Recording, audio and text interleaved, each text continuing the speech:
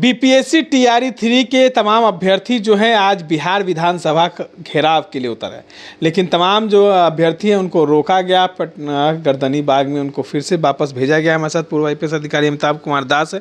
लगातार अभ्यर्थी जो है वो कह रहे थे कि सुनील कुमार जो हैं शिक्षा मंत्री जो है उन्होंने सदन में झूठ बोला है।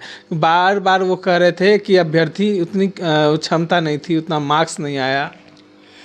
नहीं, ये तो अब सुनील कुमार ने क्या कहा क्या नहीं कहा, असली बात यह है कि ये तो टीआरई की परीक्षा और इसको बिल्कुल सरकार ने मजाक बना के रख दिया है।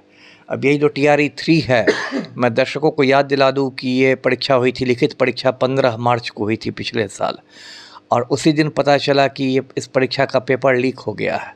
झारखंड में हज़ारीबाग में कोहिनूर बैंक्वेट हॉल है, विवाह भवन है, वहाँ से 250 लड़के लड़कियाँ गिरफ्तार किए गए। उनको सॉल्वर गैंग प्रश्न पत्र का हल बता रहा था। संयोग से अभी जो बीपीएससी चेयरमैन है परमार साहब, उन्होंने उसी दिन कार्यभार संभाला था, और उसके बाद उनका बयान आया, बीपीएससी का बयान आया कि कोई ठोस साक्ष्य नहीं है, इसलिए परीक्षा रद्द नहीं की जाएगी। इस पर बहुत बीपीएससी की फजीहत हुई कि 250 लोग जो गिरफ्तार हो गए हैं वो क्या तरल साक्ष्य हैं।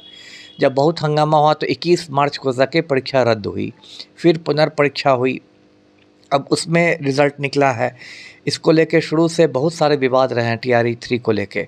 एक मामला ये रहा है कि इसमें बेल्ट्रॉन के पास OMR शीट भेजा गया था। बेल्ट्रॉन बिहार सरकार की एजेंसी है, विवादित रही है।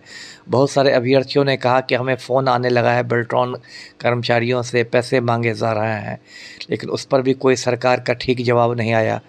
एक जो मांग थी बच्चों की कि 1 कैंडिडेट 1 रिज़ल्ट हो, उसको सरकार ने नहीं माना। अब क्या हो गया है कि रिज़ल्ट में एक ही अभ्यर्थी 3 जगह सफल घोषित कर दिया गया है। अब भौतिक रूप से जब वो योगदान देगा तो किसी एक ही जगह देगा, तो बाकी तो 2 सीटें खाली रह गई। तो ये तो बाकी बच्चों के साथ अन्याय हो गया, नाइंसाफ़ी हो गई। एक जो इससे मांग थी बच्चों की, वो मांग थी कि पूरक परीक्षा फल निकाला जाए, सप्लीमेंट्री रिज़ल्ट निकाला जाए, और टीआरई 1 के बाद शायद निकाला भी गया था। लेकिन इसके बाद अचानक हो गया कि बीपीएससी ने कहा कि नहीं, ये शिक्षा विभाग का आदेश आएगा तब हम लोग निकालेंगे। अब यहाँ देखिए बिहार सरकार में क्या होता है कि फेंका फेंकी होती है। शिक्षा विभाग से आप पूछने जाइएगा तो वो कहेगा कि बीपीएससी ने कोई प्रस्ताव नहीं भेजा है, जबकि मेरा कहना है कि ये दोनों सरकार की एजेंसियां हैं, बीपीएससी और शिक्षा विभाग, तो दोनों में तालमेल होना चाहिए, समन्वय होना चाहिए।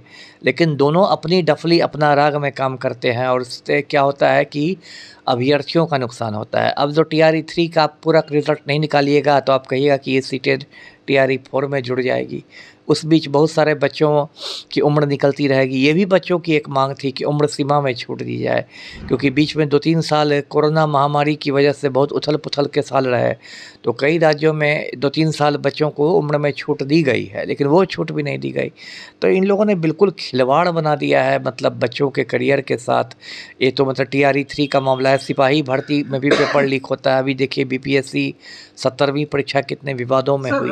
बिहार में इतने पेपर लीक होते हैं, उसके बावजूद भी सरकार जो है कार्रवाई करने में बहुत क्षण प्रयास करती है।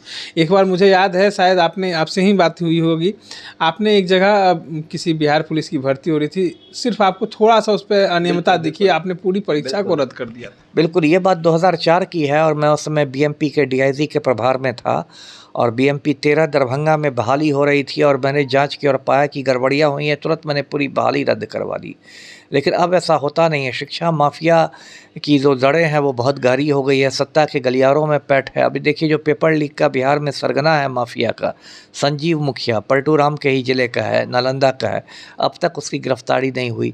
जो संजीव सिंघल इतना विवादित रहे थे, केंद्रीय चयन परिषद के अध्यक्ष, उन पर ईओयू ने इतनी ज़्यादा टिप्पणियां की हैं, लेकिन उनकी गिरफ्तारी नहीं हुई। उनको वहां से हटा के ऊर्जा विभाग में सलाहकार बना दिया गया। तो पूरी तरह जो राज्य सरकार है वो माफिया की कठपुतली बनी हुई है, और शिक्षा माफिया के आगे मुख्यमंत्री बिल्कुल बेबस हैं। अभ्यर्थियों का मतलब नुकसान हो रहा है। जी चलिए, अभ्यर्थियों का नुकसान हो रहा है। अब देखना ये होगा कि सरकार जो है छात्रों के हित में फैसला लेती है या नहीं। इस तरह के तमाम अपडेट्स के लिए बने रहे इनसाइडर लाइव के साथ। धन्यवाद।